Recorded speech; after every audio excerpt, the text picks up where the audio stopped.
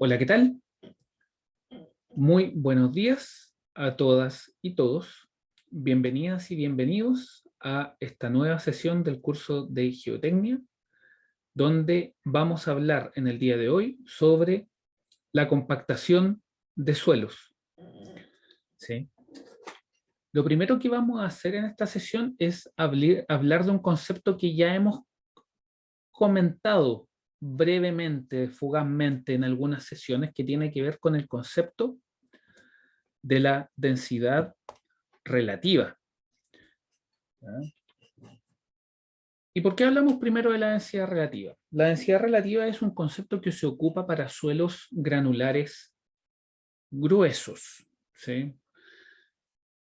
Suelos granulares, en verdad. Aquí en Chile a los granulares gruesos se le asocia a granulares que tienen partículas de mayor tamaño. Por lo tanto, mejor hablemos en el contexto de este curso de granulares.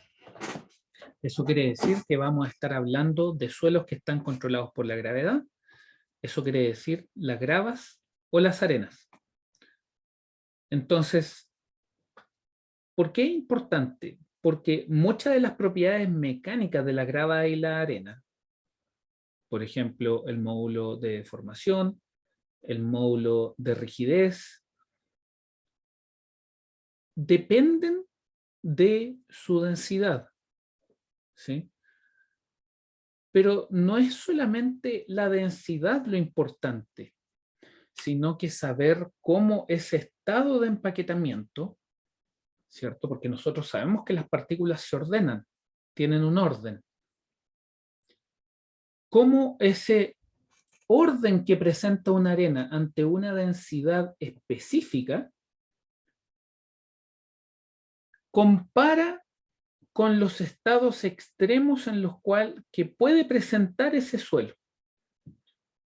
Y es por eso la importancia del índice de vacío máximo y del índice de vacío mínimo.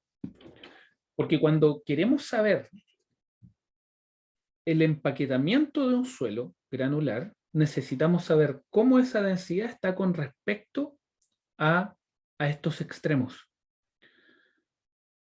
Y vamos a hablar de que la densidad relativa puede ser baja, si la densidad efectivamente es muy baja y se acerca, y el índice de vacío se acerca más al estado tal en que estamos más cerca del E máximo, o bien vamos a hablar de densidad relativa alta, ¿cierto? Si el índice de vacío de la masa de medio granular, el índice de vacío en términos de valor está más cercano a lo que es su índice de vacío mínimo. Considere ese juego de palabras que se da, que la densidad relativa alta se asocia al índice de vacío mínimo y una densidad relativa baja se asocia al índice de vacío máximo. ¿Sí? Entonces, ¿por qué? Porque la densidad es fuertemente dependiente del tamaño de las partículas, granulometría, la forma y la rugosidad. Es vital determinarla de manera absoluta, pero es más importante aún determinarla contextualizada respecto a estos máximos que estábamos conversando. Y esto es así. Si ustedes tienen un medio granular, no es lo mismo que las partículas, perdón, no me está funcionando la lapicito, no es lo mismo que las partículas tengan una forma circular a que tengan una forma diferente a la circular. ¿Sí? Todas las partículas, si ustedes se recuerdan de las primeras sesiones que vimos, todas las partículas tienen una forma, pero también se les puede asociar una redondez y se les puede asociar una rugosidad, ¿ya? Esfericidad. ¿Sí? También se puede hablar de angularidad. Por ejemplo, esta partícula es mucho más angular que esta, ¿no? Sin embargo, en términos de esfericidad, no son tan diferentes. ¿Ya? Entonces, ¿qué es lo que ocurre? que es en el contexto de los medios granulares que la densidad relativa es importante. ¿Y por qué en los granulares? Nuevamente vuelve a entrar el concepto de la gravedad. Cuando nosotros tenemos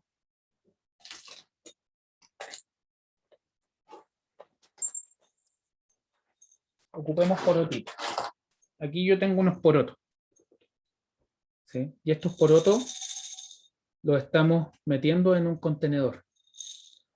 Cuando los porotos están dentro de este contenedor, ¿cierto? Haciendo un símil con lo que sería un medio granular, como una arena, por ejemplo.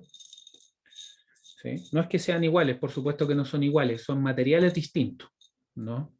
El material es diferente, pero estos son un medio granular. La manera en que se arreglan las partículas va a ser fuertemente dependiente del tamaño de las partículas, la granulometría, la forma y la rugosidad. Fíjese, si yo ahora le meto una pelota de ping-pong, ¿cierto? Aquí yo tengo un medio granular diferente, ¿no? Entonces, ¿qué es lo que pasa? Que en este medio granular que nosotros estamos viendo acá, ¿cierto? Podríamos meter más pelotas de ping-pong y podríamos meter más porotos, ¿sí? Lo que ocurre es que las partículas están controladas por la gravedad, por lo tanto, el proceso de depositación está controlado por la gravedad, ¿no? Y dependiendo de la energía que le metamos a este sistema, es como las partículas se van a ordenar entre ellas. Sin embargo, en un suelo fino no ocurre necesariamente de la misma manera. ¿Y por qué? Porque los suelos finos, si ustedes se recuerdan, son muy pequeños, están controlados por fuerza interpartícula y también lo que tienden a hacer es que tiendan a generar agregados, ¿no? Aquí nosotros, en este caso, nosotros somos capaces de discriminar de manera clara qué es lo que pasa con las partículas, ¿sí? Nosotros somos capaces de distinguir una partícula con respecto a otra y en base a eso, ¿cierto? Podemos ver y garantizar que la depositación del medio granular, pensando en una arena, ¿ya? Está dada principalmente por ese mecanismo. Cuando tenemos entonces la densidad relativa en los suelos granulares, ¿ya?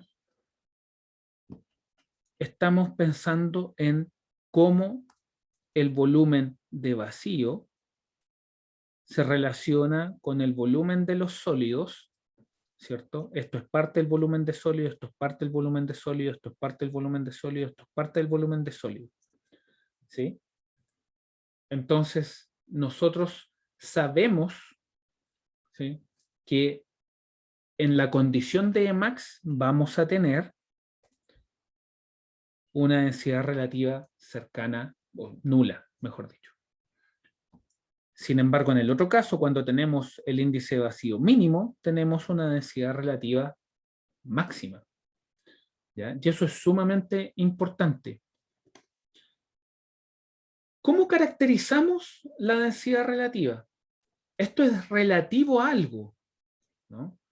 Por lo tanto, fíjense acá, si nosotros tenemos un medio granular donde nosotros sabemos que existe un Emin y sabemos que este mismo medio granular tiene asociado un Emax y nosotros tenemos un medio granular que tiene un E arbitrario,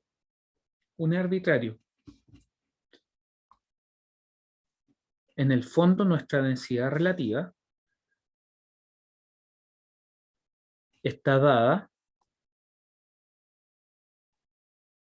¿cierto? Si la podemos expresar en porcentaje, la densidad relativa se expresa en porcentaje y es densidad relativa con respecto a qué? Tiene que ser con respecto a un máximo, ¿cierto? A un valor inicial. Por lo tanto, es la densidad relativa con respecto a esta variable, ¿sí? Y por lo tanto, la densidad relativa la podemos definir como Lmax menos Le partido ¿por qué tenemos que partirla? Esto es relativo a algo, ¿no? Es cuánto me falta para llegar al máximo con respecto al espectro de densidades que uno podría alcanzar, ¿no?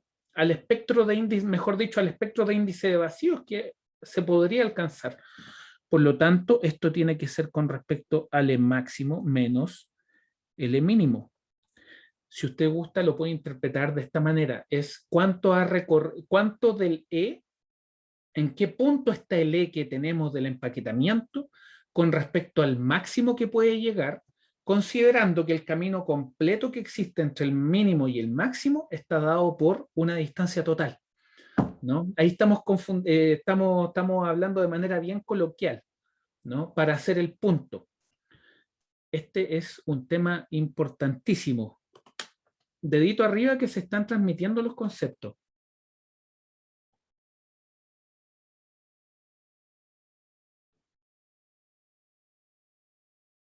Antonia, Gabriel, Catherine, Andrés. ¿Sí? Ya.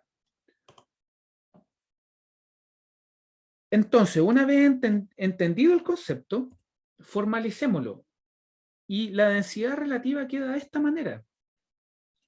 E max menos E partido por, aquí es, cambiémoslo el tiro porque si no se puede prestar a confusión. E max menos E min. ¿Sí? Ahí está. E max menos E, partido por E max menos E min. ¿Sí? Entonces, la densidad relativa es un indicador de la densidad de un material respecto a sus estados más sueltos y más densos. ¿Ya? Ustedes también pueden trabajar la densidad relativa en función de las densidades absolutas que calculen, y eso está dado por el Rhomax, la densidad seca, la densidad mínima, Rhomax es densidad máxima, ¿no? Densidad máxima, densidad mínima, densidad seca. ¿Ya? Les dejo propuesto demostrar esa expresión para que la tengan presente. Y en general, eso es lo que nosotros necesitamos para estimar la densidad relativa. Necesitamos esa ecuación, pero necesitamos el Emax y el Emin. ¿Qué es lo que pasa? Que el Emax y el Emin, ¿cierto? Y volviendo nuevamente al caso de los granitos, nosotros podríamos tener este material de una manera tal en que dijéramos, ok, ¿cómo vamos a poner el Emax? ¿Cómo vamos a alcanzar el Emax? El Emax quiere decir que nosotros obtenemos el índice de vacío tal que el índice de vacío es máximo. Si recordamos la figurita con partículas esféricas ideales, para nosotros tener el Emax,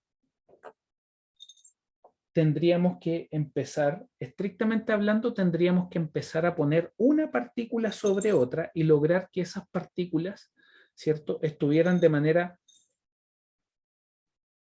muy cuidadosa, poner una partícula sobre otra, una partícula sobre otra, sobre otra, sobre otra, y poner al lado nuevamente otra y otra y otra, cosa que todas quedaran apiladas de manera de formar ese Emax. Muy baja energía. En términos prácticos eso no funciona. Nosotros no podemos tomar una partícula de arena y empezar a poner una sobre otra para alcanzar el Emax. Pero lo que sí podemos hacer es depositar el material con una energía muy bajita, ¿cierto? Una energía muy bajita dentro de un contenedor de manera de ir alcanzando el Emax. Usted se preguntará, ¿eso en términos prácticos es muy difícil? Requiere un esfuerzo, pero usted lo ha hecho y lo ha hecho varias veces cuando usted pone azúcar en su azucarero, ¿cierto? Y lo que hace es que el azúcar le queda rebalsando el azucarero. ¿Y qué es lo que hace usted? Usted le tiene que empezar a dar algunos golpeteos al azucarero para que el material se empiece a densificar. ¿Y qué es lo que hace usted ahí? Usted al densificar, ¿cierto? Al pegarle golpeteo al vasito, lo que está haciendo es ingresar la energía a ese sistema. Por lo tanto, cuando nosotros queremos alcanzar el Emax, tenemos que depositar las partículas con muy baja energía, ¿sí? Cuando queremos alcanzar el EMIN, cuando queremos tener la mayor cantidad, ¿cierto? La mayor densidad posible, lo que necesitamos es ingresarle energía al sistema. Si pensamos en un sistema granular, en otro sistema granular un poquito más grande, ¿cierto? Cuando ustedes tienen una de estas cajitas con pelotitas, ¿sí? La única manera de que estas pelotitas se empiecen a sentar y queden de esta manera ordenada, ¿sí? Es que usted le ingrese mucha energía, ¿no? Mucha energía. ¿Por qué? Es el mismo problema del azucarero. Mucha energía para que las partículas se encuentren, las partículas se puedan mover hacia los espacios vacíos que van quedando disponibles, cosa de que el volumen de vacío disponible sea el mínimo, ¿sí? Formalicemos esto. Esto son muchos escritos, ¿no? Pero ya les había contado que en esta modalidad online buscamos siempre dejarle escrito, ¿ya? Para que puedan continuar la idea. Entonces, es importante, ¿sí? Y esto en vista de todo lo que hemos conversado hasta ahora, es importante el comparar propiedades de los materiales a densidades relativas similares, ¿sí? Cuando tenemos densidades relativas, estamos pensando de alguna manera en la configuración granular de la estructura, ¿ya? Fíjese ahí, dice, entonces, al momento de comparar propiedades, ideal si las densidades relativas son similares. ¿A qué nos referimos? A que las diferencias entre densidades relativas no sean más del 5, hasta 10% de diferencia, pero 5% está ok, ¿ya? Ahora, ¿qué es lo que pasa? Si tenemos una arena y esa arena está con un 50% de densidad relativa, por ejemplo, sería difícil comparar esa arena, la misma arena, pero con un estado en el cual está el 35% o 30%. ¿Por qué? Porque las configuraciones son diferentes. Cuando hablamos de configuraciones, quiere decir que las partículas se distribuyen de manera diferente. Si tenemos una partícula así, por ejemplo, pongamos un caso canónico con dos partículas, como el caso que estábamos conversando con, me parece que lo estábamos conversando con Andrés, ¿sí? Cuando tenemos esas partículas y nosotros ponemos una carga acá, una fuerza ahí, esta fuerza viaja por ese contacto y pasa, si está acá, llega hasta ese soporte, ¿no? Sin embargo, si nosotros tuviéramos otra configuración en la cual tenemos una partícula ahí y tenemos dos partículas acá, ¿no? En vista de lo que ustedes ya saben, ustedes pueden notar o inferir que la densidad relativa entre estas dos configuraciones son diferentes. Eso quiere decir que cuando ustedes ponen la carga ahí, la distribución granular y de esfuerzos cambian porque ahora la carga que se está poniendo en la parte superior se reparte entre las partículas que están llegando ahí, ¿sí? Y obviamente eso se reparte de manera diferente a nivel de contacto, en particular con respecto a lo que ocurría ahí, ¿no? Entonces, eso es súper importante y es por eso que ese primer punto donde dice es importante comparar propiedades de los materiales a densidades relativas similares es muy importante. O sea, es difícil, hay un aspecto cuando uno está en laboratorio, que es el aspecto de repetitividad. Lo ideal es siempre que cuando estemos en un laboratorio nuestros ensayos sean lo más parecido posible. Pero eso es muy difícil, requiere harta práctica. Entonces, cuando trabajemos queramos hacer comparaciones de estados granulares, tenemos que intentar que las densidades relativas de los medios granulares sean lo más parecido posible y que el error no exceda el 5%. ¿Ya? Ahí dice, el Emax y el Emin no son números absolutos, varían levemente según la metodología de medición. Y eso no es tan evidente, pero con un ejemplo es bastante evidente. Supongamos que voy a llenar este jarrito. Fíjese, voy a llenar este jarrito.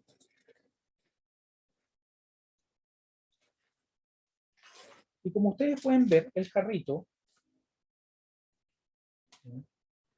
quedó con los porotos un poquito por sobre ese nivel. Entonces, y estoy repitiendo el problema del azucarero. Entonces, ¿qué es lo que pasa? Que esto, para que se pueda densificar, yo lo tengo que empezar a golpetear.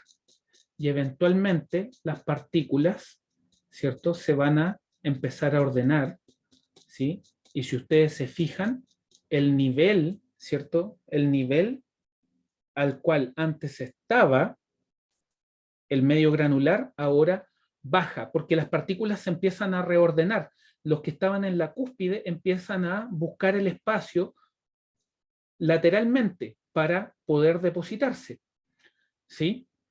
Ahora bien, esto cambia si en vez de ahora yo dar el golpeteo, doy los golpeteos más fuerte y le empiezo a pegar, por ejemplo, le empiezo a pegar con la palma por abajo, ¿sí? Pero esto va a ser significativamente más si ahora, además de hacerlo vibrar, yo le pongo una carga. Le pongo una carga encima y lo empiezo a pegar, por ejemplo, verticalmente. ¿Ya? Este es ideal que ojalá quienes se motivan puedan hacer estos experimentos en casa, son muy entretenidos y la verdad es que dicen bastante. ¿Ya? Si usted le empieza a golpetear esto, pero de manera superior, esto se va a empezar a densificar aún más. ¿Y por qué? Porque el nivel de energía es diferente. Entonces ahí dice, el Emax y el Emin no son números absolutos, por supuesto que no. ¿Sí?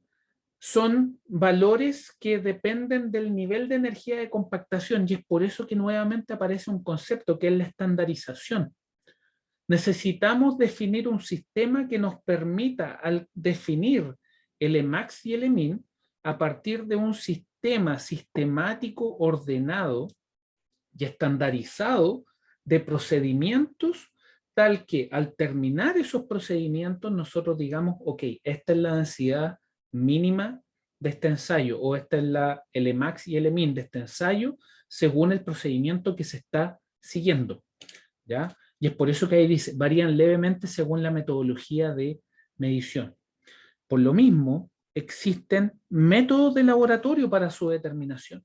Después dice, la densidad mínima o estado de Emax es el estado más suelto del material en seco. ¿Sí? Una consideración muy importante al medir el índice de vacío máximo en arenas finas es prevenir carga electrostática. ¿Sí? Prevenir carga electrostática para arenas muy finas. Eso pasa, lo vamos a ver. ¿Ya? En arenas finas, la fuerza repulsiva puede ser significativa para causar leves sobreestimaciones del vacío máximo y mínimo, pero eso es muy fácil de lidiar. Basta con que ustedes le incrusten un cablecito de cobre al contenedor, ¿sí?, en el cual ustedes están haciendo estas mediciones, ¿sí? De manera de hacer tierra, ¿sí? La humedad puede hacer que las partículas se densifiquen más y conduzcan a una subestimación del Emax y el Emin, ¿sí? El agua también va a jugar un rol fundamental en lo que es la compactación, ¿ya? ¿Cómo alcanzar el Emax? Depositando las partículas con muy baja energía, buscando que quede en su mayor equilibrio inestable. ¿Cuál es el equilibrio inestable? El equilibrio inestable es cuando yo tengo una partícula, por ejemplo, sobre otra, ¿sí? en ese sistema que se está dibujando ahí, con las partículas verdes, basta que ustedes soplen un poquito la partícula para que la partícula se caiga y no vuelva. ¿Sí? Eso es el equilibrio inestable. ¿Ya? Entonces, ¿en qué nos tenemos que enfocar? Cuando tenemos la densidad relativa de un suelo, lo importante es que además de estimar la densidad absoluta, ¿sí?, tengamos el Emax y el Emin para saber a qué densidad relativa nos estamos refiriendo. ¿Sí? Porque es muy diferente. Consideren esto, estábamos conversando que cuando un suelo tiene una densidad relativa baja, ¿sí?, quiere decir que su índice de vacío es muy alto. Su tendencia a densificarse es bastante grande. Sin embargo, cuando su densidad es máxima o su índice de vacío es muy bajo, queda muy poco espacio para que las partículas se reordenen y por lo tanto la densificación va a costar más lograrla. ¿Es importante eso? Por supuesto que sí, porque si ustedes tienen un edificio sobre un suelo que está suelto, lo que ocurre es que ese edificio queda en un terreno que ante una vibración significativa como un terremoto, esto podría densificarse. ¿Sí? Entonces, ¿qué necesitamos? Densidad mínima. Eso es equivalente a tener el E max.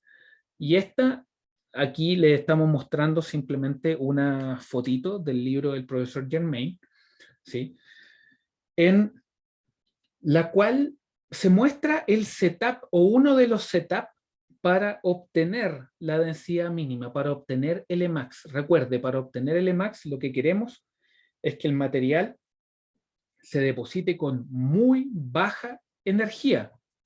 ¿Ya? Entonces, ¿qué puntos necesitamos tener muy claros para determinar la densidad mínima? Que si determinamos la densidad mínima, lo que vamos a tener son máximos índices de vacío, vamos a lograr que las partículas se muevan lo menos posible. Ese es nuestro objetivo. ¿Ya? Vamos a explicitar eso. Ese es nuestro objetivo.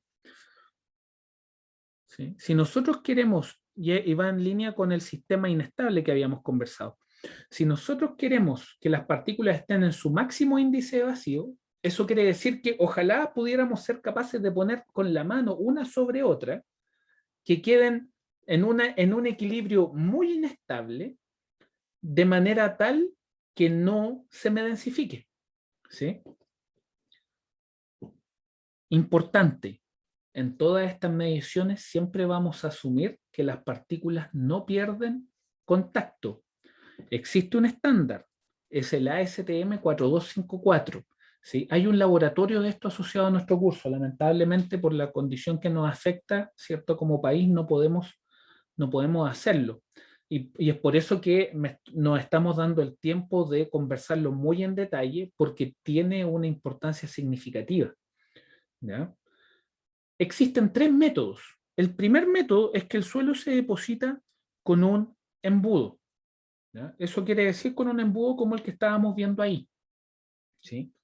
Una alternativa al embudo, ¿ya?, y que nosotros la practicamos en laboratorio, es que en vez de hacer un embudo, tengamos un embudo aún más rústico.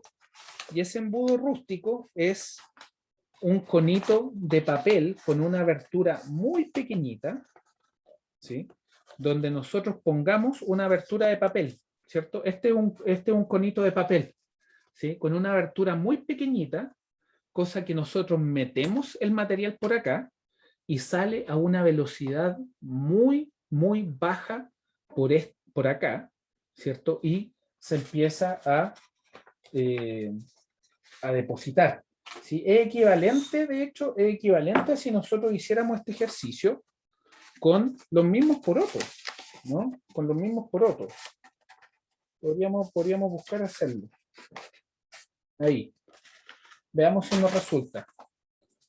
Veamos si nos resulta. Entonces, ¿qué es lo que pasa? Fíjese, aquí hay porotos atrapados, ¿no? Y los vamos depositando de manera muy, muy, muy lenta, ¿cierto? De manera que estos porotos empiecen a lograr una densidad relativa muy baja. Esa es una alternativa que lo ocupamos en laboratorio, ¿sí? Muchas veces. Porque si hay algo que se pierde de manera fácil en el laboratorio son los embudos, ¿ya? Entonces, el suelo se puede depositar con un embudo. Está también la metodología del doble tubo. ¿Cómo funciona la metodología del doble tubo? Dos tubos concéntricos, ¿sí? Está un tubo, adentro de ese tubo hay otro tubo con un diámetro menor que se llena de arena. ¿Y qué es lo que ocurre?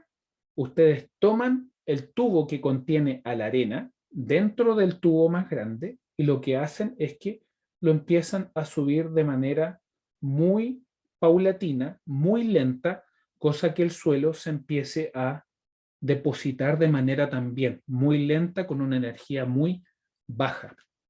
¿Sí? Y está el método C, que es invertir un cilindro graduado con suelo. Esa no es tan utilizada, al menos en la facultad no la hemos utilizado tanto. Las que utilizamos principalmente son el método A, donde el suelo se deposita con un embudo o con un embudo de papel, ¿cierto? Y el método B, donde tenemos un suelo en doble tubo. Lo ideal es siempre el doble tubo, acá, perdón, el embudo. ¿Ya? Aquí lo hicimos con un tubo de papel porque no tenemos el embudo acá en casa, ¿ya? Solamente por eso, pero hicimos el punto con el embudo de papel. Ahora, ¿cuál es el concepto que está detrás de eso? El concepto que está detrás de eso es la pluviación del material. Y la pluviación del material no es nada más que ocupar la gravedad como principal motor de desplazamiento de las partículas en su proceso de depositación. ¿Ya? ¿Y qué es la pluviación? La pluviación es esto. Aquí, si ustedes se fijan, yo aquí les muestro ahí lo que pueden ver es un embudito que está conectado a esta varita, y ahí lo que está haciendo es caer la arena por efecto de la gravedad. Esto está en el contexto de otro ensayo que se estaba buscando hacer en el momento en que se hicieron estos videos, de hace muchos años, y están formando una pirámide, pero aquí el concepto importante que está detrás de los procedimientos para alcanzar la densidad relativa mínima es la pluviación. Ustedes cuando trabajan con pluviación lo que están buscando es tener la arena en movimiento, pero con la menor energía posible durante su proceso de depositación. ¿Sí? Ahí está. Y ustedes pueden ver, ahí está con el cablecito que le iba comentando para neutralizar cualquier carga eléctrica que pudiera interrumpir el proceso de depositación de la arena. ¿Sí? Y eso es principalmente. ¿Sí? Entonces, eso es lo que es la pluviación principalmente. ¿Sí? Y bajo esta metodología podemos obtener lo que es la densidad mínima. Para la densidad máxima, lo que necesitamos es ir al otro extremo, ¿no? Por lo tanto, si para la densidad mínima o el Emax, el Emax, perdón, para el Emax necesitábamos muy baja energía, para el Emin, para lograr la densidad relativa máxima, lo que vamos a necesitar es aumentar la energía. Y es por eso que acá, en esta figura que ustedes ven aquí, ¿sí?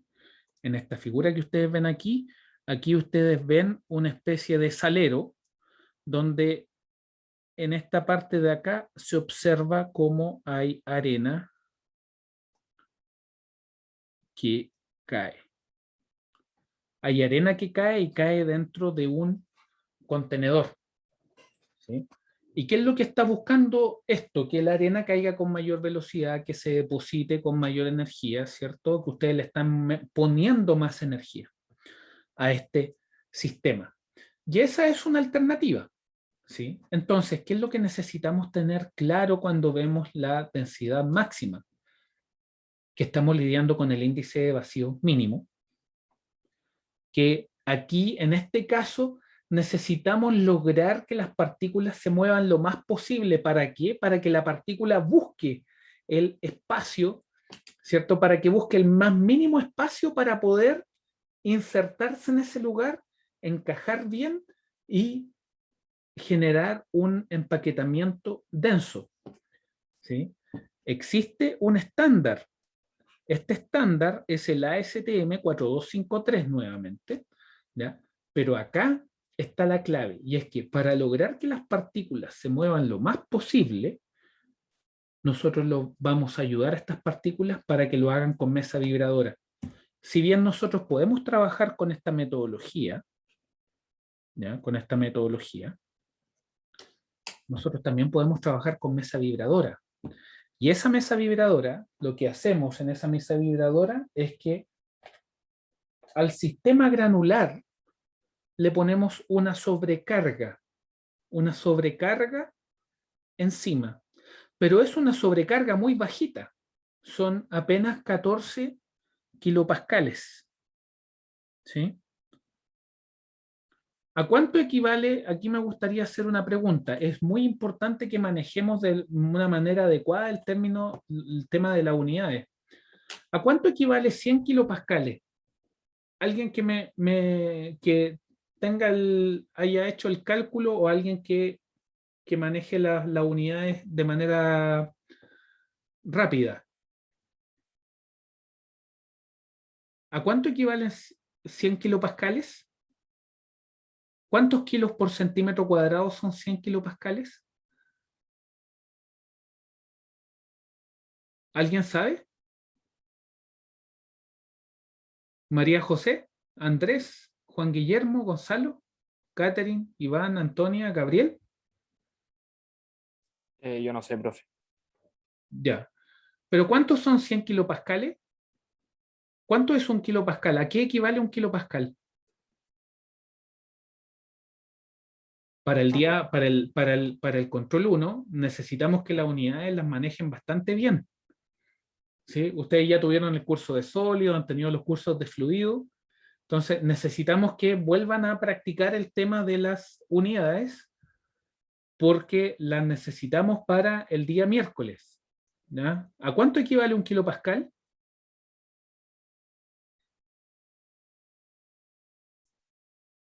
En fuerza era Newton, 1000 Newton partido en metro cuadrado. Ya, eso. Un kilopascal, ¿cierto? Es 1 por el kilo, es 1000.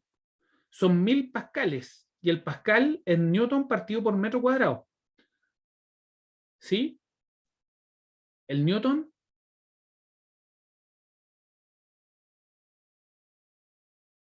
¿El Newton? ¿A cuánto equivale el Newton?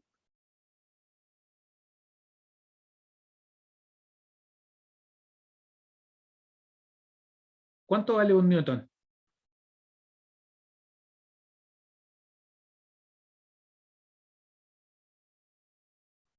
Entonces, está el tema del Newton, ¿sí? Entonces, y está el tema del kilogramo fuerza. Necesitamos para el día miércoles que tengan eso presente, ¿ya? El tema de las unidades. Porque va a entrar en el control, ¿ya? O sea, va a estar incorporado de manera natural lo que es la transformación de unidades, ¿sí? Entonces, manejar lo que son los kilos, bueno, en verdad todas las unidades, ustedes manejan todas las unidades, ¿sí? Para que lo tengan, para que lo consideren para el día miércoles, ¿ya? Entonces, ¿qué es lo que vamos a hacer acá? Aquí, ¿cierto? Tenemos una mesa vibratoria y se hace con una sobrecarga de 14 kilopascales. 14 kilopascales es una carga muy bajita, ¿sí? Muy bajita. Entonces, esta carga que se va a poner en la mesa vibradora va a vibrar con una vibración vertical de 0.33 más o menos 0.05 milímetros. Y fíjense, 60 Hz.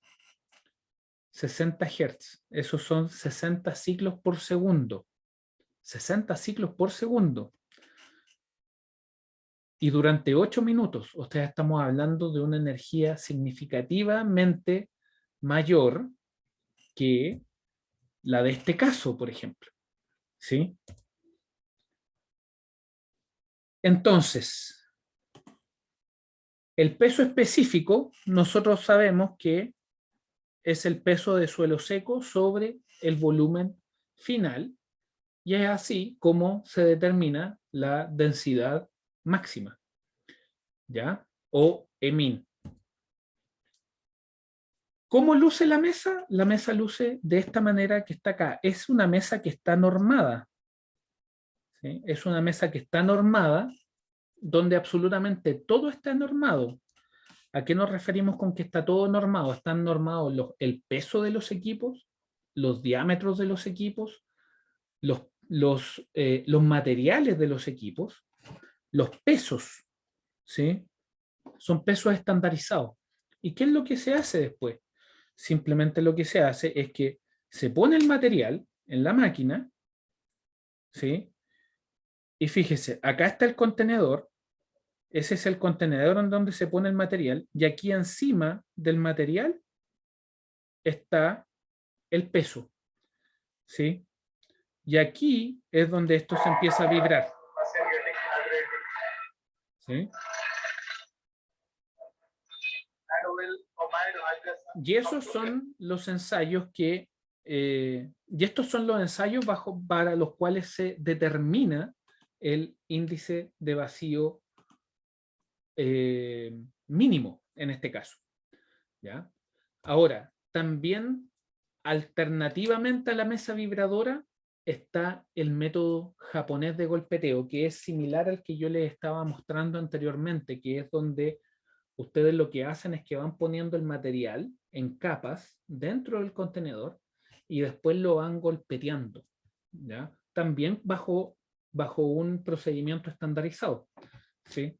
Pero eso es la metodología japonesa de densidad máxima, la ocupamos también en laboratorio, ¿sí? ¿Y por qué?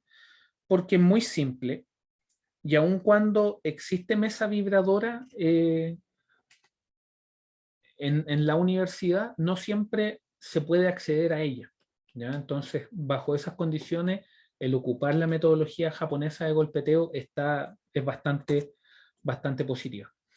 Veamos algunos valores referenciales del EMAX.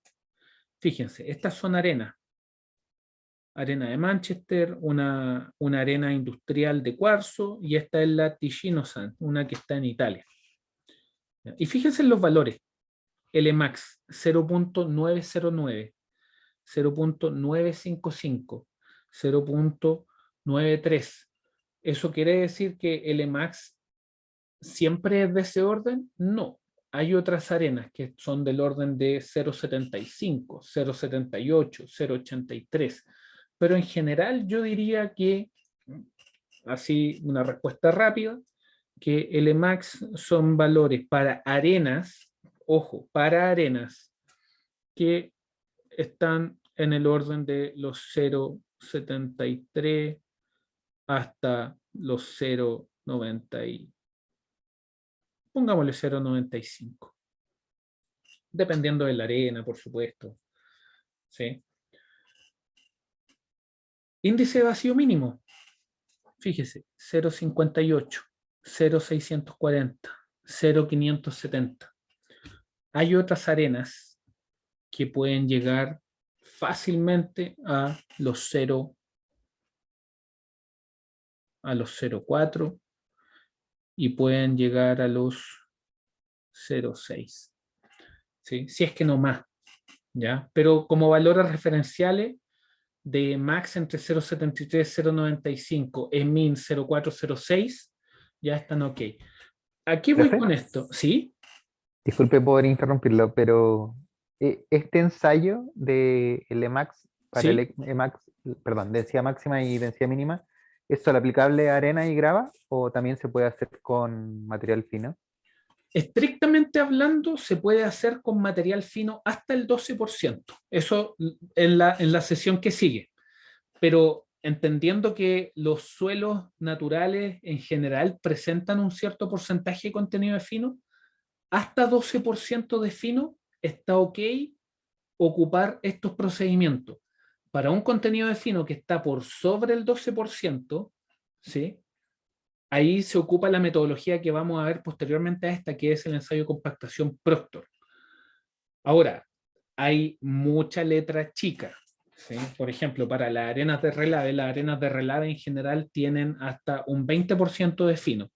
Ya han habido estudios en los cuales se contrapone la ventaja de utilizar, por ejemplo, el Proctor, que es la metodología que vamos a ver prontamente, con respecto a lo que es la densidad relativa, a lo que es la metodología de densidad relativa, bien digo. ¿Sí? Entonces, mientras no supere el 12%, anda ok. ¿Ya? Me avisa si le respondí, Juan Guillermo. Aquí hay una pregunta en el chat, parece. Sí, profe, me quedó claro. Ah, perdón, hay alguien en... Chuta, Clemente, me acabo de dar cuenta de que Clemente parece que estaba desde hace un ratito esperando. ¿Ya? A ver, esperemos a que se una. Ahí está con problemas de internet, parece Clemente. Ahí se unió. Clemente, ¿todo bien? Todo bien, profe, gracias. Ya, Ahora sí. ya, recién vimos que estaba ahí. Ya, entonces, importante. Ah, aquí está, pues. Aquí está. Lo que estábamos conversando. El ensayo de densidad relativa se aplica en suelos, generalmente, en suelos que presentan un contenido de finos menor al 12%.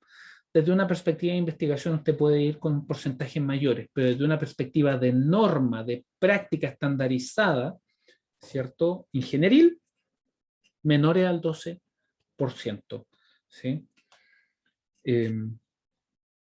Perdón.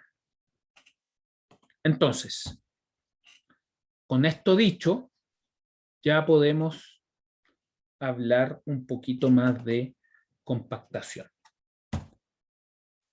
Aquí les dejo nuevamente un texto, pero ¿qué es lo importante? ¿Qué es lo que pasa? Que si ustedes se fijan, estrictamente hablando, estamos lidiando con partículas. ¿Qué es lo que pasa si ustedes tienen partículas secas? Si ustedes tienen partículas secas y se recuerdan cómo eran las fotos de las partículas de arena que nosotros veíamos en sesiones anteriores, las partículas no son esféricas, presentan rugosidad, presentan angularidad, ¿cierto? Y pueden presentar formas bien diferentes a estas esféricas ideales que nosotros conversamos de vez en cuando. ¿Qué es lo que pasa? Que cuando las partículas están en contacto y están secas, en general las partículas tienden a estar trabadas. Cuando las partículas están trabadas, quiere decir que están en un contacto tal que existe una componente friccional entre las partículas. Sin embargo, eso es solamente en el estado seco. En el minuto en que las partículas se empiezan a humectar, en el minuto en que las partículas entran en contacto con agua, el agua actúa como una especie, digámoslo, de lubricante. Entonces, ¿qué es lo que pasa?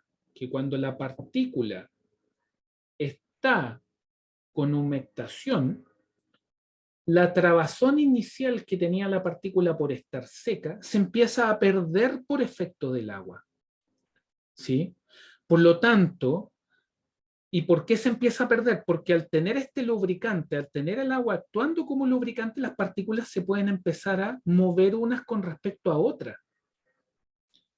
Y eso es sumamente importante porque quiere decir que ahora las partículas, en la medida que ganan humedad, que entran en contacto con agua, son capaces de deslizar unas con respecto a otras y por lo tanto son capaces de también acomodarse unas con respecto a otras.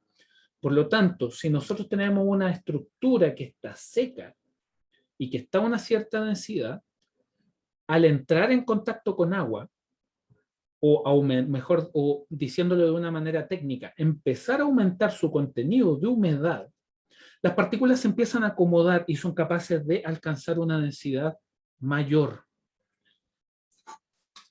Y esto se empieza a incrementar en la medida que el suelo gana humedad. Como en la medida que el suelo gana humedad, las partículas se empiezan a reordenar de mejor manera y empiezan a ganar densidad, ¿sí? Esto quiere decir de que la configuración granular empieza a cambiar y es más densa. Existe una densidad seca asociada a ella. Recuerden que la densidad seca es solamente el volumen de partículas con respecto al volumen total. ¿Sí?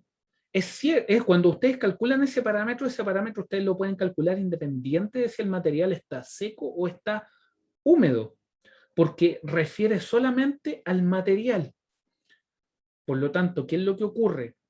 Que la densidad seca empieza a aumentar. Sin embargo, llega un minuto en que a partir del cual, si ustedes empiezan a echar más y más agua, la densidad empieza a bajar, ¿no? Entonces, cuando esto está seco, tiene una cierta densidad, empezamos a agregar humedad, las partículas se lubrican, las podemos reacomodar con energía, ganan densidad. Sin embargo, si ya echamos demasiada agua, ¿sí?, esto empieza a perder densidad. ¿Y por qué? Por el efecto del agua. Empieza a haber una sobredisponibilidad de agua dentro del medio granular, y por eso es que la densidad empieza a bajar. Entonces, ¿qué es lo que ocurre? Que si hacemos la gráfica, lo que se observa, si nos empezamos a imaginar la gráfica de qué es lo que pasa con la densidad en función de la humedad, vemos que para humedades muy pequeñas, en la medida que aumentamos la cantidad de agua, la densidad empieza a aumentar hasta un punto a partir del cual la densidad empieza a bajar si le empezamos a echar la misma mayor cantidad de agua. Eso se refleja en lo que llamamos las curvas de compactación, ¿ya? Y todo eso es lo que está escrito acá, ¿ya? La compactación es la disminución del índice vacío y por ende aumento de la densidad a través de la aplicación de fuerzas externas. Idealmente, el contenido de agua se debe mantener constante, ¿sí?, para cada experiencia que se haga. Es muy difícil que un suelo compactado esté saturado al 100%. Durante este proceso, los esfuerzos no son uniformes, aplicando simultáneamente esfuerzos normales y de corte. La densidad seca, que refiere a cómo las partículas se ordenan, la densidad seca que se logra en el proceso de compactación depende de la humedad de la masa de suelo.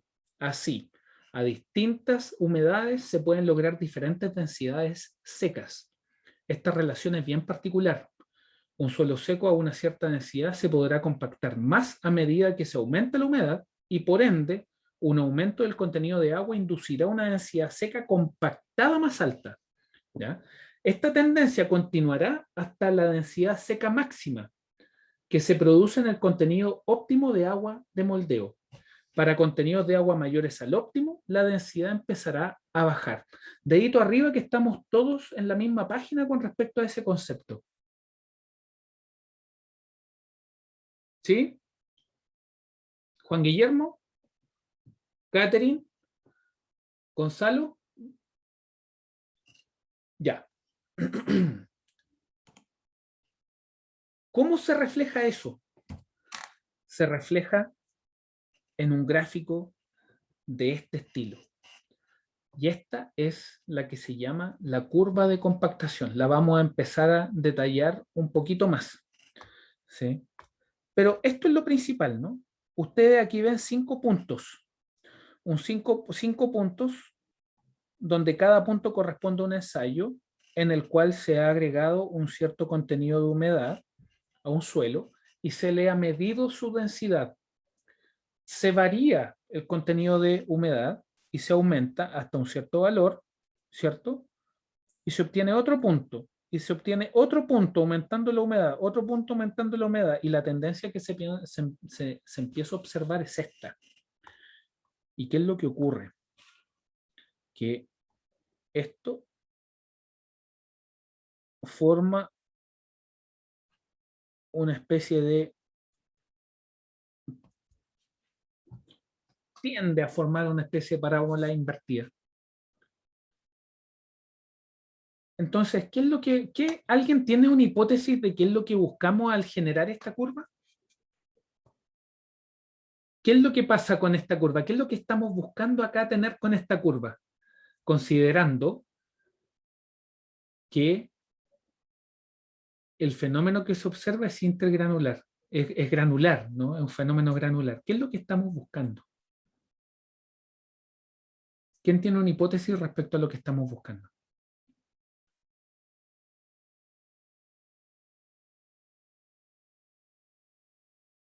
Alguien que me cuente su hipótesis.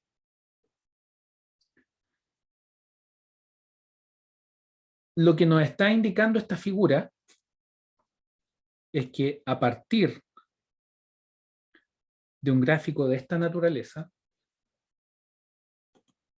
nosotros lo que podemos encontrar es el estado óptimo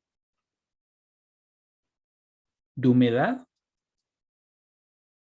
para el cual se alcanza la mayor densidad.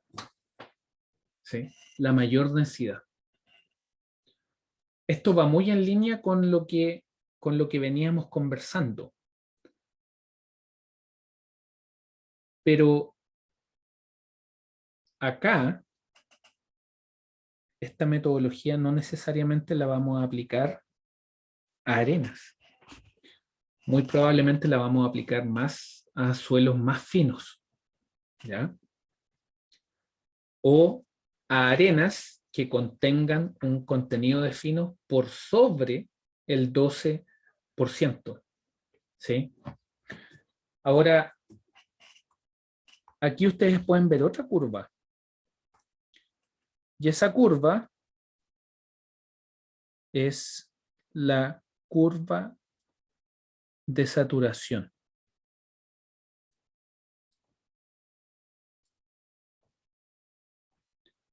Y esta es una curva que es de naturaleza teórica. ¿Ya? Ahora, ¿por qué tiene esa forma? Ya lo conversamos. ¿Mm? Ya lo conversamos, qué es lo que pasa de manera a nivel intergranular. ¿Qué es lo que pasa con las partículas al entrar en contacto con agua y cómo estas partículas tienden a acomodarse inicialmente en la medida que la cantidad de agua se va aumentando hasta alcanzar un valor máximo? Sin embargo, a partir del cual, si el contenido de agua se empieza a aumentar, se sigue aumentando, la densidad va a empezar a bajar. ¿Ya?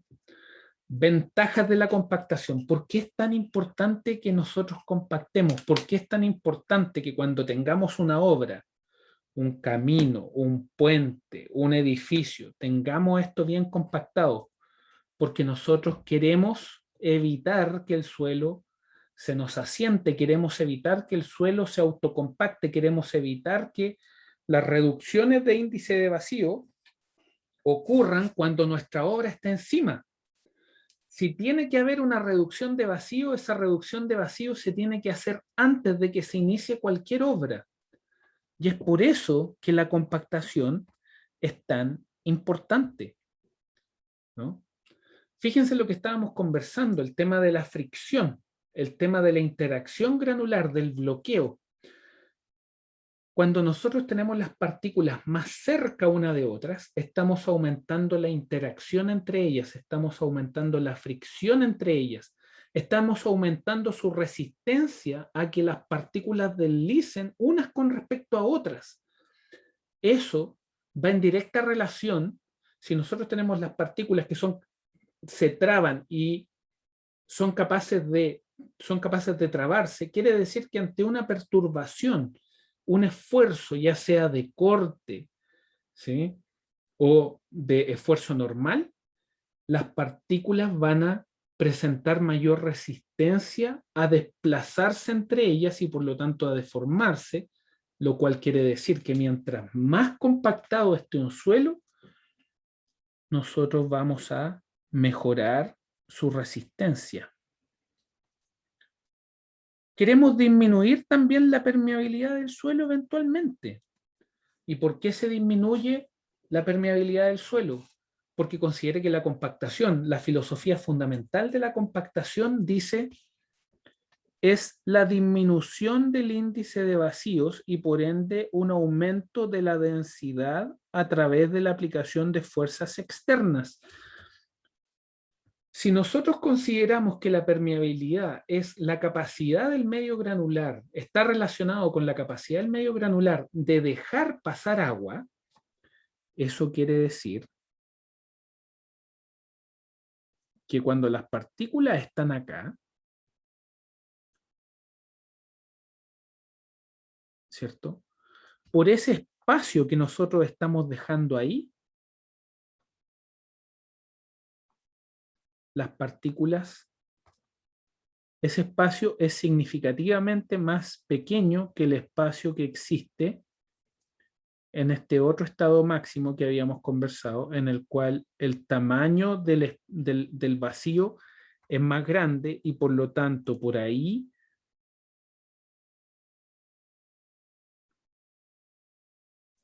puede pasar más agua, ¿sí? Puede pasar más agua, por lo tanto ustedes cuando tienen esta situación granular también están de alguna manera modificando la capacidad del medio granular de dejar pasar agua, ¿ya? Entonces, súper importante. Y obviamente prevenir cambios de volumen en el suelo.